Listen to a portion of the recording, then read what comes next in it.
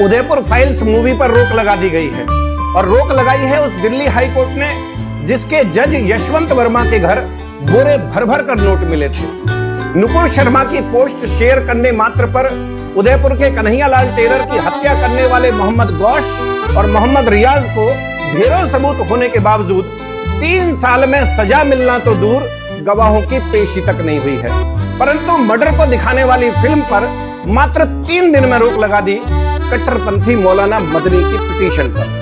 लोग कहने लग गए हैं देश में मोदी सरकार से ज्यादा ताकत कपिल सिब्बल, अभिषेक मनु सिंघवी और प्रशांत भूषण जैसे दलालों की है। सरकार बटला हाउस, ओखला और हल्द्वानी जैसे अनेक क्षेत्रों में बांग्लादेशी और रोहिंग्या घुसपैठियों के अवैध कब्जों पर बुलडोजर चलाती है। सुप्रीम कोर्ट रोक लगा देता है। सरकार वक्फ संशोधन विधेयक पारित करती है। सुप्रीम कोर्ट इन दलालों के कहने पर कानून पर रोक लगा देता है। सरकार कांवड़ यात्रा के मार्ग में दुकानों पर पट्टिका लगाने को कहती है। सुप्रीम कोर्ट रोक लगा देता है। सरकार अपराधियों और कट्टरपंथियों के खिलाफ बुलडोजर एक्शन शुरू करती है।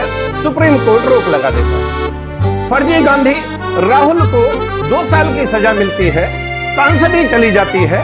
सुप्रीम कोर्ट रोक लगा देता है। गुजरात दंगों के नाम पर दुनिया भर से करोड़ों रुपए का गबन करके उस रकम को डकार जाने वाली तीस्ता सीतलवाड़ की गिरफ्तारी तय होती है। सुप्रीम कोर्ट सिब्बल के कहने पर आधी रात को रोक लगा देता है। अपने कोर्ट ऑफिस में साथी महिला को जंगा पर बैठाकर ऑन कैमरा घृणित कर्म करते हुए उसे जज बनाने का लालच देने वाले सिंघवी जैसे गलीच का लाइसेंस कैंसिल करने की बजाय सुप्रीम कोर्ट उसकी गंदी वीडियो सोशल साइट से हटाने का आदेश देता है। मतलब चल क्या रहा है भाई इस देश में? सरकार का कोई रसूख मानता है कोर्ट या नहीं? आम इंसान की तो छोड़ो, एक वकील कोर्ट ऑफिसर होता है, कोर्ट साहब से कम पढ़ा लिखा नहीं होता। उनकी कोई वैल्यू है या नहीं साहब की नजर में? हिंदू की तो खैर कोई औकात है ही नहीं इनकी नजर में।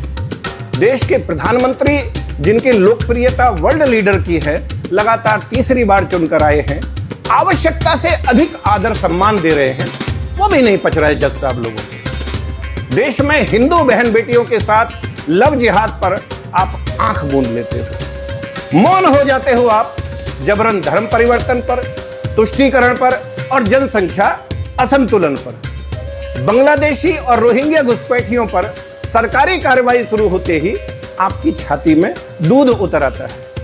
परंतु 5.5 लाख कश्मीरी पंडित अपने ही गांव घर से पलायन करने पर मजबूर कर दिए गए, आप शांत बैठे रहे। कोई इतना एक तरफा कैसे हो सकता है जज साहब? कैसे? आप भी इंसान हो, एक बार दिल पर हाथ रखकर सोचो कि आप और आपका पूरा परिवार, कुनवा खानदान और पूरा का पूरा गांव उजाड़ दिया जाए। भगवान कभी ना करे आपकी बहन, आपकी बेटी के साथ कश्मीरी पंडित गिरजा टिक्कू की तरह सामूहिक दुराचार हो। उसे नग्न अवस्था में जननांग के बीचों बीच आरा मशीन से जीवित ही बीच में से चीर दिया जाए। आपके भाई, आपके जवान बेटे की आपकी आंखों के सामने हत्या कर दी जाए।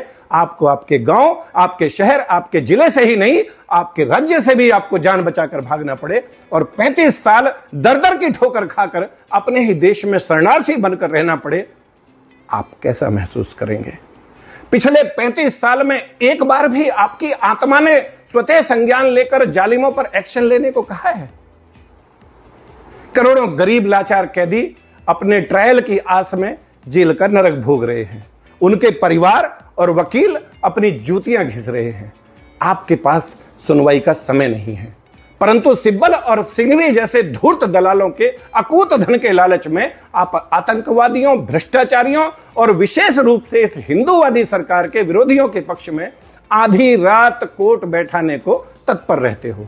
इस देश की सनातन संस्कृति के वाहक हिंदू समाज की मान्यता और आस्था में पलीता लगाने के लिए आप हमेशा आतुर रहते हो। अफगानिस्तान, पाकिस्तान और बांग्लादेश सहित शरिया वाले देशों में जजों की हालत क्या है, इस पर भी कभी विचार करना जज साहब। खैर, मर्जी आपकी। पर हां, कंटेंट ऑफ कोर्ट किसी एक अनिल चौधरी पर लगाने से बात नहीं बनेगी।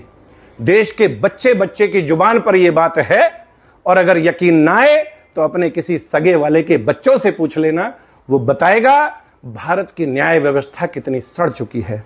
वो बताएगा कि सब लोगों का मानना है कि भारत में अगर कोई विभाग सर्वाधिक भ्रष्ट है तो वो जुडिशरी है, और ये आपकी अवमानना नहीं, आपकी शाख बचाने की कोशिश है। अभी भी मौका है, बचा लीजिए अपना रसूख जैसा कॉलेजियन सिस्टम को कूड़ेदान में फेंक दीजिए। न्यायिक व्यवस्था में आमूलचूल परिवर्तन की आवश्यकता है।